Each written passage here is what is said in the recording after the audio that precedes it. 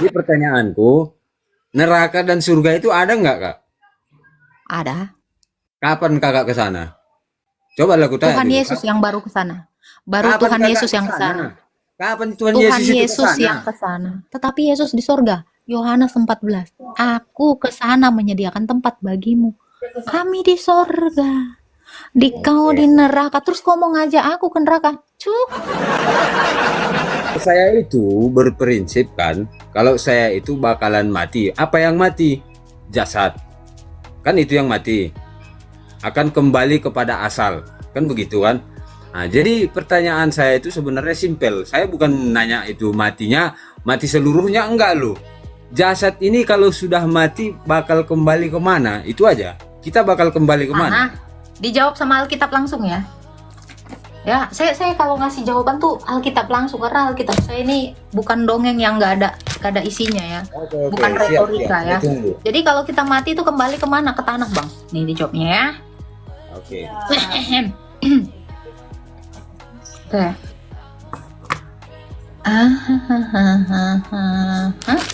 Nah, nih Bang. Dikatakan seperti ini ya. Di dalam Kejadian 3 ayat yang ke-19.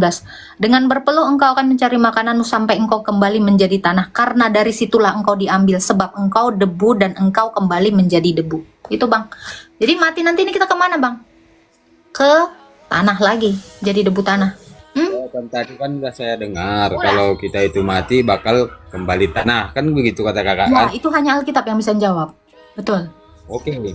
Kalau saya punya jawaban Kak, kalau saya jawab ya, kalau saya ditanya, seandainya ada orang lain menanya kepada saya itu, kamu bakal mati. Jelas saya bakal mati. Jadi kalau kamu mati, kamu bakal pergi kemana? Jawaban saya bukan seperti jawaban yang kakak berikan tadi ataupun Alkitab yang kakak berikan tadi. Karena bila saya menjawab sebuah tempat ataupun sebuah ciptaan, berarti saya itu menduakan Tuhan dong. Jadi Kenapa? kemana kau ketika mati kau dibawa kemana kau? Di kuburan, di tanah, atau kau langsung terbang? Gimana? Aku pakai logikamu. Kemana kau? Ketika kau mati, jangan dikuburkan ya Bu, suaminya Bu ya, langsung angkat ke atas Bu, ke sorga langsung Bu. Jangan dikubur ke tanah Bu. Nah, ini kan saya tanya juga kan. Kakak-kakak seperti kakak juga. Atau Kalau tidak auto langsung ke Alexis Pak. Kemana Bapak? Kalau mati kira-kira kemana Bapak? enggak, dengar dulu. Saya semalam bertanya kepada Kak Mikana. Alah kau di sini aja Bang, kau turun aja. Kalau kau nanya di sini. Kau bawa orang, suka kali kau bawa orang lain. Kalau nggak ada orang lain kita nggak ada loh Kak. Kau nanya Nah, apa? ini Tanpa Mikana aku hidup. Mamaku sama bapakku yang ngeo. Kau kira si Mikana yang ngeo ngelahirkan aku kok tanpa orang? enggak lah, enggak juga. Ya ada kau. Enggak juga lah. Kalau nggak ada orang lain kita nggak bisa hidup loh. Gak usah kau banyak cerita ya. Jadi kalau kau mati kemana kau? Jawab. Siapa? Saya. Hmm. Itu jawabannya kalau kakak mau ikut kakak sama agama saya biar saya kasih tahu. Cuy, di home aja. Kau aja nggak tahu, ngapain aku ikutin orang yang nggak tahu kayak kau? Ikut agama saya. Ngapain ikut agamamu? No, lihat aja fosilnya sono. Kau aja nggak bisa jawab. Ya mending kau ikut sama aku. Alkitabku bisa jawab. Kau nggak bisa jawab dek. Agak lagi. Kau aja nggak tahu, terus aku ngikutin orang yang nggak tahu. Lalap botol. Ya. Ibaratnya apa kan meraba-raba ngikutin orang yang nggak tahu. Agak lain kok Bang. Bagus kau ngomong Bang.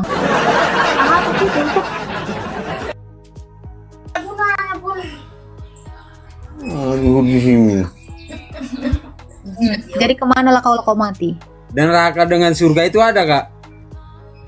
Teddy Ho. Aku bertanya neraka dan surga. Kau udah tahu belum ketika kau mati itu kau kemana? Udah. Jadi Ke neraka pertanyaan. kan? Ke neraka kan? Jadi pertanyaanku, neraka dan surga itu ada nggak Kak?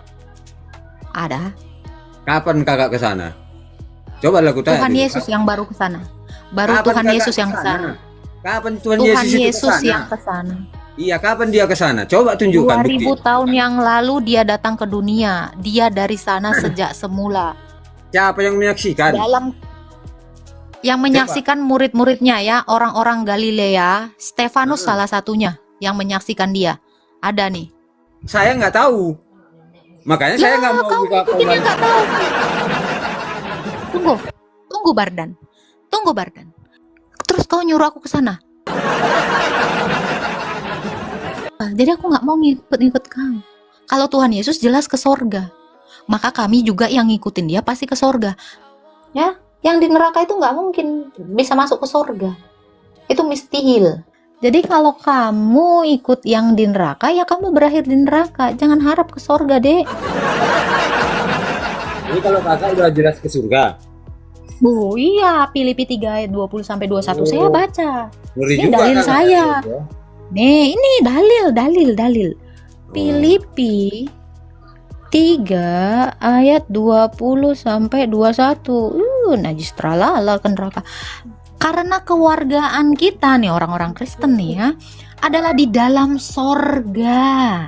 Dan dari situ juga kita menantikan Tuhan Yesus sebagai juru selamat yang akan mengubahkan tubuh kita yang hina ini sehingga serupa dengan tubuhnya yang mulia menurut kuasanya yang dapat menaklukkan segala sesuatu kepada dirinya. Jadi kewargaan kami sorga, bukan neraka seperti kau.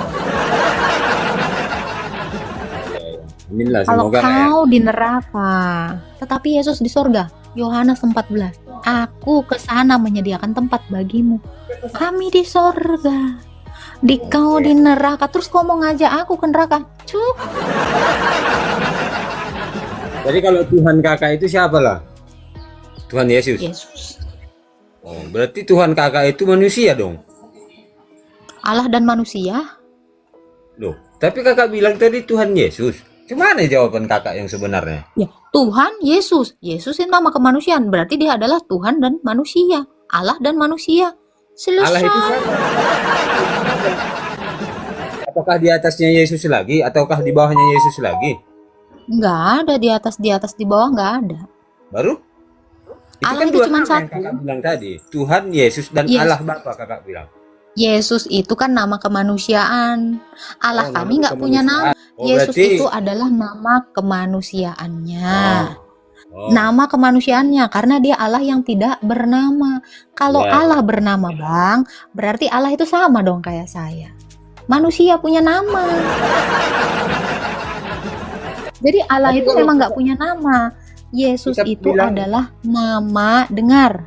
Yesus itu adalah nama kemanusiaannya. Karena Allah kami itu sejak semula sudah datang kepada manusia dan memperkenalkan dirinya itu sebagai Aku adalah aku. Dia tidak menyebutkan nama karena Allah memang tidak bernama. Untuk apa dia punya nama? Sekalian dong mintain KTP-nya. Kalau Baru? bahasa Yunaninya Allah itu Theos. Ah. Berarti kan kakak mengakui dong. Allah itu kan ada kan? Nama Allah itu kan ada. Allah itu hakikat. Berarti dia kan bukan manusia. Bukan. Kalau manusia itu hakikat saya manusia. Allah itu hakikat juga. Dia adalah sesuatu atau realita yang tidak bisa kita gapai. Itulah Allah, makhluk roh.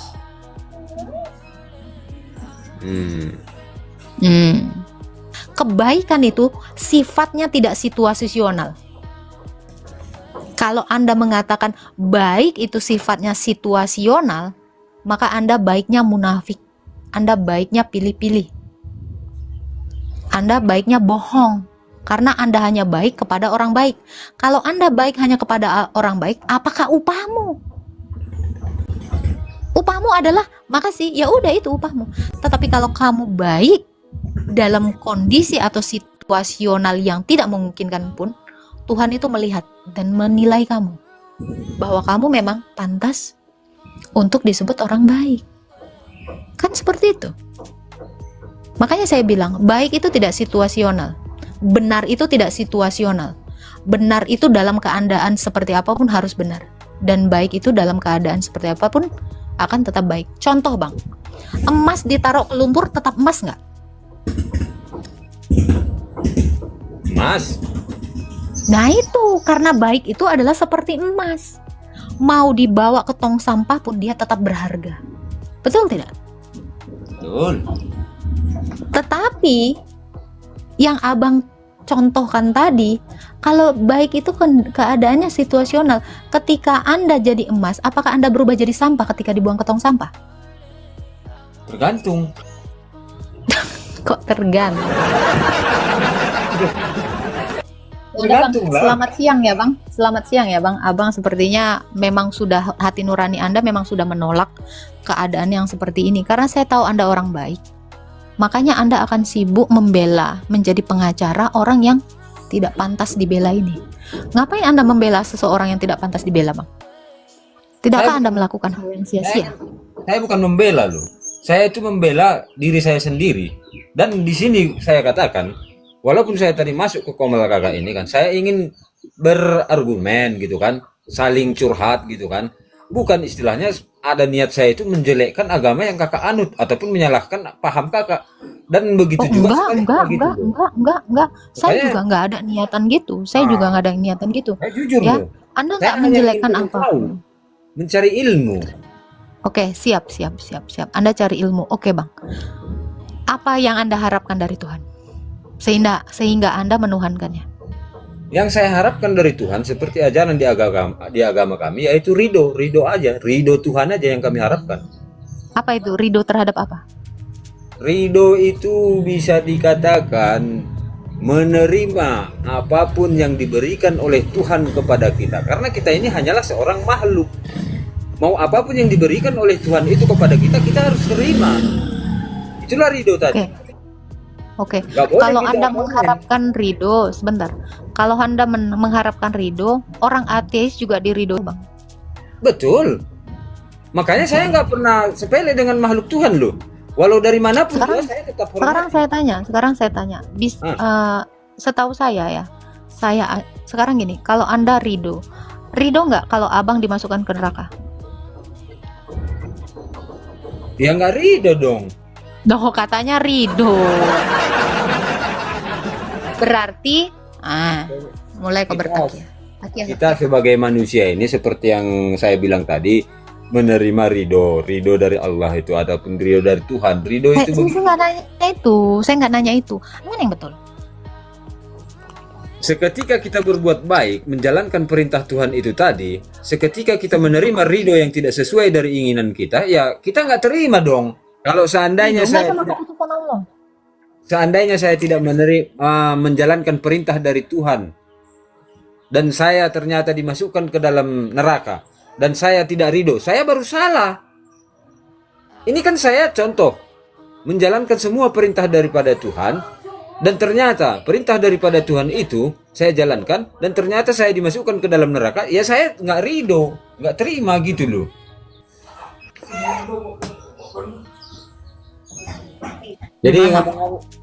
Jadi ngomong-ngomong itu tadi ceritaku ya kak ya. Saya itu bukan istilahnya mau buat sensasi ataupun framing pada kakak. Saya itu hanya ingin curhat ataupun ngomong-ngomong kan, cari pengalaman gitu loh, cari perbandingan. Karena kita manusia ini kan tahu Anda orang baik. Itu tergantung Tuhan lah itu yang menentukan. Tidak ada manusia yang bisa menentukan hidup seseorang makhluk manusia, sama-sama makhluk. Yang menentukan itu hanya Tuhan. Ada pak, yaitu Tuhan Yesus. Nah itu paham kakak. Kalau paham saya untuk saat ini beda. Bukan paham saya, karena dia sudah membuktikannya. Dia menentukan siapa yang dia kehendaki untuk hidup. Contoh Lazarus, dia menghendaki Lazarus itu hidup, dia hidup. Jadi dia ini nggak ngomong doang. Ini bukan paham saya, tapi ini fakta. Itu. Karena prinsip saya simple, seperti yang saya bilang tadi, setelah saya mati di dunia itu, saya bukan kembali ke surga, bukan kembali ke neraka, bukan kembali ke tanah atau kembali kemana-mana. Jadi Anda kembali kemana? Itu saya yang tahu, cukup saya yang tahu. Dan bila kakak kepengen tahu, saya nggak nanya Anda yang tahu. Yang saya tahu sekarang ini, saya punya Tuhan. Udah, kalau masalah neraka atau surga itu tergantung itu Kak. Anda disuruh, ibarat kata gini, Anda disuruh ke Maldives, tapi Anda nggak tahu di mana Maldives itu. Tapi Anda jalan aja dulu gitu. Iyalah, kita kan hanya menjalan. Namanya bang. Prinsipku gini aja Kak, simpel aja ya. Di hidup di dunia ini, kalau saya itu berperanggapan diri saya ini hanya sebagai aktor yang dikendalikan oleh seorang sutradara. Titik, selesai. Kalau aku ada itu sutradara yang bisa mengajak aku ke surga? Ada Yesus. Karena dia dari sorga dan telah naik ke sorga. Oh. Kalau kamu ngikutin Yesus ya kamu ke sorga. Karena Yesus itu tidak ada di neraka. Yesus itu adanya di sorga. Secara logika kamu memang nggak berpikir. Oke. Betul? Jadi saya tanya kakak, yang pantas kita tanya di dalam diri kita itu siapa? Hati nurani kan? Iya, nuranimu itu yang diciptakan Yesus. Makanya ketika kamu mencuri, nuranimu itu menentang itu. Kenapa? Karena Yesus sendiri menuliskan Taurat itu di hati nuranimu. Jangan mencuri. Saya bisa membuktikan kau ciptaan Tuhan Yesus.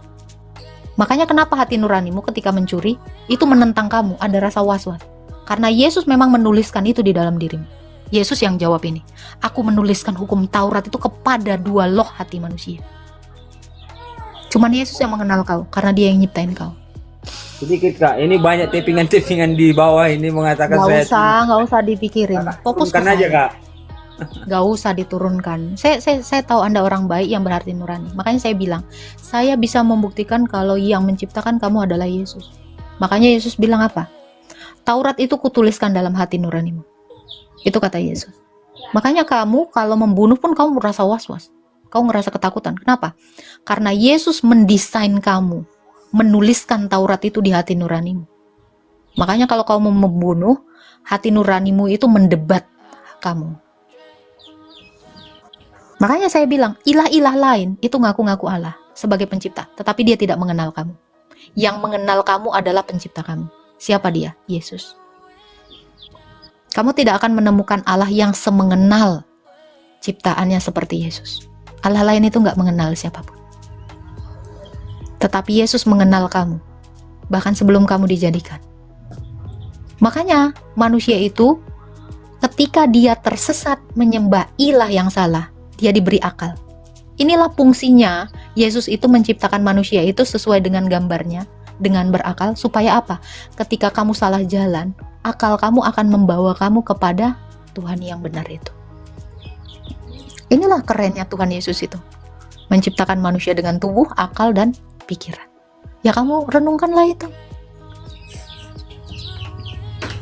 Yang bisa mengenal kau itu cuma Tuhan Yesus. Tuhan yang lain itu ngaku-ngaku pencipta tapi nggak kenal. Seperti itu Bang.